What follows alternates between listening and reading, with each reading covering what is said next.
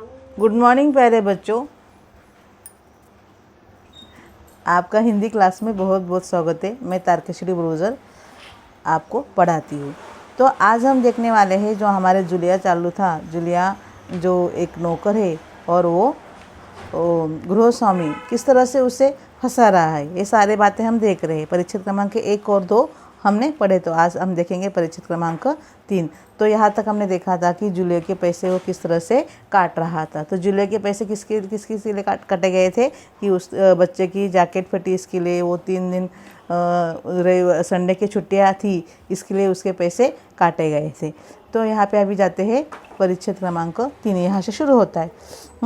ठीक है, यहाँ पे देखिए जूलिया गृहस्वामी, हाँ ठीक है, अब देखो भाई, तुम्हारा काम बच्चे को पढ़ाना और उनकी देखभाल करना है, तुम्हें इसी के सब पैसे मिलते हैं। हाँ, तुम अपने काम में ढील दोगी तो पैसे कटेंगे या नहीं? मैं ठीक कह रहा हूँ ना? तो जूतों के 5 रुपये और कट गए। तो अब तक तो है यहाँ तक मतलब 29 उसके रूबल बचे थे और उसमें से भी वो इसके 5 रुपये काट रहे, तो उसके पास से अभी 24 रूबल बच गए हैं। और हाँ, 10 जनवरी को मैंने 10 रूबल दिए थे। तो जूलिया लगभग रोते हुए गई थी, नहीं जी नहीं, आपने कुछ नहीं दिए। मतलब वो जो सच बात है ना, वो डर के कह रही है, जैसे कि वो झूठ बोल रही है और सामने वाला सच बोल रहा है। तो इस तरह से हमें इतना भी सीधा साधा या फिर अच्छा होना नहीं चाहिए। गृहस्वामी, अरे मैं क्या झूठ बोल रहा हूँ? मैं डायरी में हर चीज़ नोट कर लेता हूँ। तुम्हें यकीन न हो तो दिखाऊँ डायरी के पन्ने यूं ही पलटने लगता है। वो एक्शन भी करता है, ड्रामे भी करता है और उसको बोल रहा है।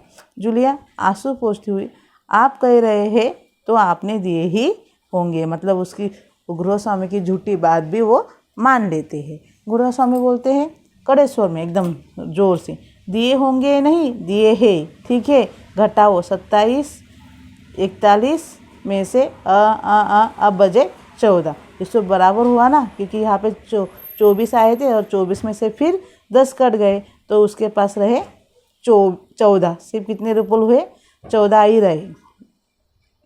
देखो वहाँ पे गृहस्वामी आंसू पीती हुई, कांपती हुई आवाज़ में, मतलब उसको बहुत बेचारी का इंसल्ट हुआ है, उसके साथ अन्याय हुआ है और मजबूर है, और इस समय वो अपने आंसू पी कर मतलब रो भी नहीं पा रही है। मुझे अभी तक एक ही बार कुछ पैसे मिले थे और वो भी मालकिन ने दिए थे, सिर्फ 3 रूबल, ज़्यादा नहीं। वो कहते हैं कि अब तक मुझे, एकदम धीमी आवाज़ में कांपती हुई बोलती है कि मुझे अब तक कुछ पैसे जो मिले थे वो 3 रूबल और वो भी मालकिन ने दिए थे। अभी गृहस्वामी जैसे अभी उनके सर पर आसमान गिर गया, उसके बीबी ने उसको बताया नहीं। तो गृहस्वामी बोलते, अच्छा, और इतनी बड़ी बात तुम्हारे मालकिन ने मुझे बताई तक नहीं? देखो, तुम ना बताती तो हो जाता है ना अनर्थ, जैसे कि 3 रूबल के लिए उसका सब कुछ छीना जा रहा है। खैर, देर से ही सही, मैं इसे भी डायरी में नोट कर लेता हूँ। डायरी खोलकर उसमें यूं ही कुछ लिखता है। हाँ, तो 14 में से 3 और घटा, 2 बचते हैं, तो 11 रूबल देते हुए हो संभालते हैं। मतलब जो उसके से पूरे 60 रूबल थे सैलरी, वो भी कमी थी 2 महीने की, क्योंकि 5 दिन उसने पकड़े ही नहीं थे, तो पहले से वो हाथ से कटे थी। फिर कट्टे उसके पास अभी सिर्फ 11 रूबल ही बचे। कांपते हाथों से रूबल लेती है और कांपते ही स्वरों में, जी धन्यवाद। मतलब उसके साथ अन्याय होने के बावजूद भी जो जूलिया है उसे वो धन्यवाद कहती है। यहाँ तक है, लेकिन हम आगे का भी कर लेते हैं। गृहस्वामी कहता है, अपना गुस्सा नहीं संभाल पाता और ऊंचे स्वर में लगभग चिल्लाते हुए, तुम ये ना हम अगले ही देखते हैं, अगले इसमें है, क्योंकि इसका कनेक्शन अगले परिच्छेद के साथ है, इसके लिए हम आगे देखते हैं। तो इसके प्रश्न उत्तर देख लेते हैं परिच्छेद क्रमांक 3 के। अभी परिच्छेद क्रमांक 3, गद्यांश क्रमांक 3, यहाँ पे देखिए पेज नंबर 45। पहला जो क्वेश्चन है, देखो वहाँ पे दिखा आपको, आकृति पूर्ण कीजिए। जूलिया के 2 काम, बच्चों को पढ़ाना और बच्चों की देखभाल करना, वो सब वहाँ पे हाईलाइट किया है। जूतों के लिए काटी गई रकम 5 रूबल और मालकिन द्वारा दी गई रकम 3 रूबल। उसके बाद उचित विकल्प चुनकर वाक्य पूर्ण कीजिए। उचित विकल्प चुनकर, मतलब आप इसमें भी देख सकते हैं किताब में जूलिया अपने काम में ढील देगी तो उसके पैसे तो कट जाएंगे, ये वाला सही है, बाकी गलत है। उसके आगे जो है गद्यांश पर आधारित 2 ऐसे प्रश्न बनाए कर लिखिए जिनके उत्तर निम्नलिखित शब्द हो। अभी प्रश्न बनाना आपको आता है। 14 14 कब 41 में 27 घटाने पर कितने बचे 14।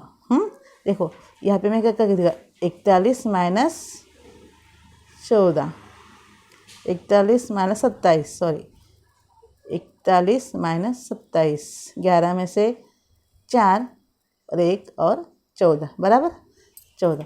10 जनवरी को गृह स्वामी के अनुसार जूलिया को 10 रूपल कब दिए गए थे 10 जनवरी को 10 रूपल दिए गए थे ना, वो झूठ बोल रहा था, फिर भी वो जूलिया जो वो बात मान लेती। कृति नंबर 2 आकृति पूर्ण कीजिए। जूलिया के मन का भाव दर्शाने वाला स्वर कांपता हुआ स्वर। गृह स्वामी ने दिए जूलिया के नकद 11 रुपये, लास्ट में उसको सिर्फ 11 रुपये मिले थे।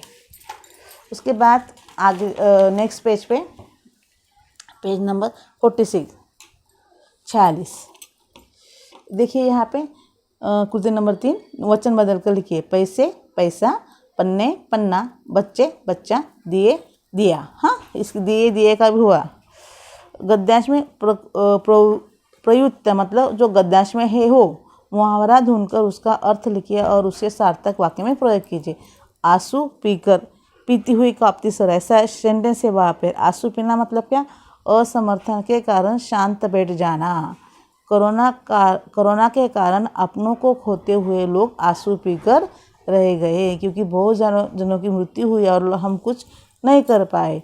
नीचे दिए गए विराम चिन्हों का नाम लिखिए। ये जो है बड़ा कोष्टक है और ये दोहरा अवतरण चिन्ह है। उसके बाद सही विराम चिन्ह, अरे अरे के बाद अरे क्या मैं झूठ बोल रहा हूँ क्वेश्चन मार्क। आप कह रहे हैं तो आपने दिए ही होंगे, लास्ट में पूर्ण विराम। अच्छा इतनी बड़ी बात, यहाँ पे रुका है ना थोड़ा सा, और इतनी बड़ी बात तुम्हारे मालकिन ने मुझे बताई तक नहीं, पूर्ण विराम। जी धन्यवाद और विस्मयदिबोधक चिन्ह। ओके, आगे देखिए। जीवन में डायरी का महत्व विषय पर अपने विचार 25 से 30 शब्दों में लिखें। अभी कुछ लोग जो है डायरी लिखने की आदत है और डायरी लिखने से ही बहुत सारी आत्मकथा है निर्माण हुई है, क्योंकि हमारी ज़िंदगी के हम रोज़मर्रा की ज़िंदगी में बहुत सारी घटनाएं घटती, लेकिन सबको हम याद नहीं रखते। जो ऐसी घटना है जो हमें बहुत दुख देती है या फिर बहुत खुशी देती है, वही घटना हम ज़िंदगी भर नहीं भूल सकते। लेकिन हमारे आए दिन ज़िंदगी में बहुत सारी घटनाएं घटती रहती, और घटनाएं अगर हम डायरी में लिखते हैं तो हमें घटना से गलती सुधारने का मौका भी मिलता है, क्योंकि घटना अगर लिखते रहेंगे तो हमने ये गलती पहले किए है, वो गलती हम बार से नहीं कर सकते, ऐसा हो सकता है। तो यही सारी जो बातें हैं जीवन में डायरी का महत्व में आप लिख सकते हो। आपको ये पढ़ने से आपको ये समझ में आ जाएगा। तो अभी जो है अगले इसमें जाते हैं हम, अगले पद्यांश के ऊपर, पद्यांश क्रमांक 4 पेज नंबर किताब का 17। देखिए यहाँ पे मिला आपको, उसके पहले हमारा नहीं हुआ था, ये भी देखते हैं। अभी देखो गृह स्वामी ना बहुत गुस्से में है। क्यों गुस्से में है ये भी देखते हैं। अपना गुस्सा नहीं संभाल पाता और ऊंचे स्वर में लगभग चिल्लाने, तुम मुझे धन्यवाद दे रही हो जूलिया, जबकि तुम अच्छी तरह जानती हो कि मैंने तुम्हें ठग लिया है, तुम्हें धोखा दिया है, तुम्हारे पैसे हड़प लिए, और तुम इसके बावजूद मुझे धन्यवाद दे रही हो। गुस्से में आवाज़ कांपने लगती है, क्योंकि इतने सारे नाइंसाफ़ी करने के बावजूद भी जूलिया है जो तस्से मस नहीं होती है और कोई विरोध दर्शाती नहीं। और इस बात का गृह स्वामी को बहुत गुस्सा आता है, और गुस्से के ऊपर वो बोलता है कि मैं तुम्हें इतना ठग लिया है, फिर भी तुम मुझे धन्यवाद कैसे दे सकती हो। जूलिया कहती, जी हाँ मालिक। गृह स्वामी गुस्से से तुतलाने लगते हैं, बहुत गुस्से में। जी हाँ मालिक, क्यों जी हाँ मालिक। जूलिया कहती है, डर जाती है भयभीत स्वर में, क्योंकि इसके पहले मैंने जहाँ जहाँ काम किया उन लोगों ने मुझे एक पैसा तक नहीं दिया, आप कुछ तो दे रहे हैं। देखो उसका बात, ये जूलिया है, जूलिया को सब लोग ठग रहे हैं। इसके पहले जो लोग थे उनको ने ऐसे ही उसके पैसे काट लिए, और बेचारी काम करती रही और फुकट का काम करती रही। और ये कहती है कि आप तो भी कुछ दे रहे, लेकिन पहले वाले लोगों ने कुछ नहीं दिया था। फिर यहाँ से हमारा चालू होता है परिच्छेद क्रमांक 4। गृहस्वामी क्रोध से कारण कांपते उच्च स्वर में, मतलब बहुत ज़्यादा गुस्से में है, और वो बोलते हैं उन लोगों ने तुम्हें एक पैसा तक नहीं दिया जूलिया, मुझे ये मानकर जरा भी आश्चर्य नहीं हो रहा है। और फिर यहाँ पे वो गुस्से में और थोड़ा स्वर धीमा करते, जूलिया मुझे इस बात के लिए माफ़ कर देना कि मैंने तुम्हारे साथ एक छोटा सा क्रूर मजाक किया है, पर मैंने तुम्हें सबक सिखाना चाहता मैं तुम्हें सबक सिखाना चाहता था। देखो जूलिया, मैं तुम्हारा एक भी पैसा नहीं मारूंगा, और जेब से निकालकर ये है तुम्हारे 80 रूबल, मतलब साहब उन्हें पूरे के पूरे रूबल दिए, लेकिन उनको जूलिया को स्ट्रांग करना था, दुनिया के साथ लड़ने की शक्ति देनी थी, इसलिए उन्होंने थोड़ा सा मजाक उसके साथ किया। मैं अभी इन्हें तुम्हें तुम्हें दूंगा, लेकिन इससे पहले मैं तुमसे कुछ पूछना चाहता हूँ। जूलिया, क्या यह जरूरी है कि इंसान भला कहलाने के लिए इतना दब्बू, बीरू और बोधा बन जाए कि उसके साथ जो अन्याय हो रहा है उसका विरोध तक न करे, बस खामोश रहे और सारी जातियाँ सह जाए? नहीं जूलिया, नहीं, इस तरह खामोश रहने से काम नहीं चलेगा। अपने को बचाने रखने के लिए तुम्हें इस कठोर, क्रूर, निर्मम और हृदयहीन संसार से लड़ना होगा। तो यहाँ पे गृहस्वामी उसको समझाते हैं कि तुम इस तरह से डरपोक बनकर नहीं रहना, क्यों रहती हो कि तुम्हें कोई भला कहे, तुम्हें कोई अच्छा कहे, इसके लिए तुम सारे जो अत्याचार है, अन्याय, वो सहती जा रही है, और ये बुरी बात है। हमें अपने खुद के बचाव के लिए हमें स्ट्रांग होना है, और हमारे दांत पंजों के साथ दुनिया से लड़ना है, और अपने दांतों और पंजों के साथ लड़ना होगा, पूरी शक्ति के साथ। मत भूलो जूलिया, इस संसार में दब्बू और रीढ़ रहित लोगों के लिए कोई स्थान नहीं। एक अच्छा सबक सिखाने वाले एक नाटक है, जो हम तो हमेशा बुरे लोगों के लिए सोचते हैं, और बुरे लोग ऐसा होते हैं वैसा होते, लेकिन किसी को स्ट्रांग बनाना ये भी बहुत पुण्य का काम है, और गृहस्वामी यही काम कर रहे थे। और इस तरह हमारा ये पाठ क्रमांक जो है 5 ये जूलिया ख़त्म हुआ है। तो अभी पद्यांश क्रमांक 4 के प्रश्न उत्तर हम देख लेते हैं। तो यहाँ पे अभी पेज नंबर 47 वर्कबुक का 47 यहाँ पे है। उसका पहला प्रश्न है, गृहस्वामी द्वारा जूलिया से माफ़ी मांगना क्यों? क्योंकि जूलिया के साथ क्रूर मजाक करना। गृहस्वामी का जूलिया को संसार के साथ लड़ने के लिए कहने का कारण, ताकि वो अपने आप को बचा रख सके। आकृति पूर्ण कीजिए 2।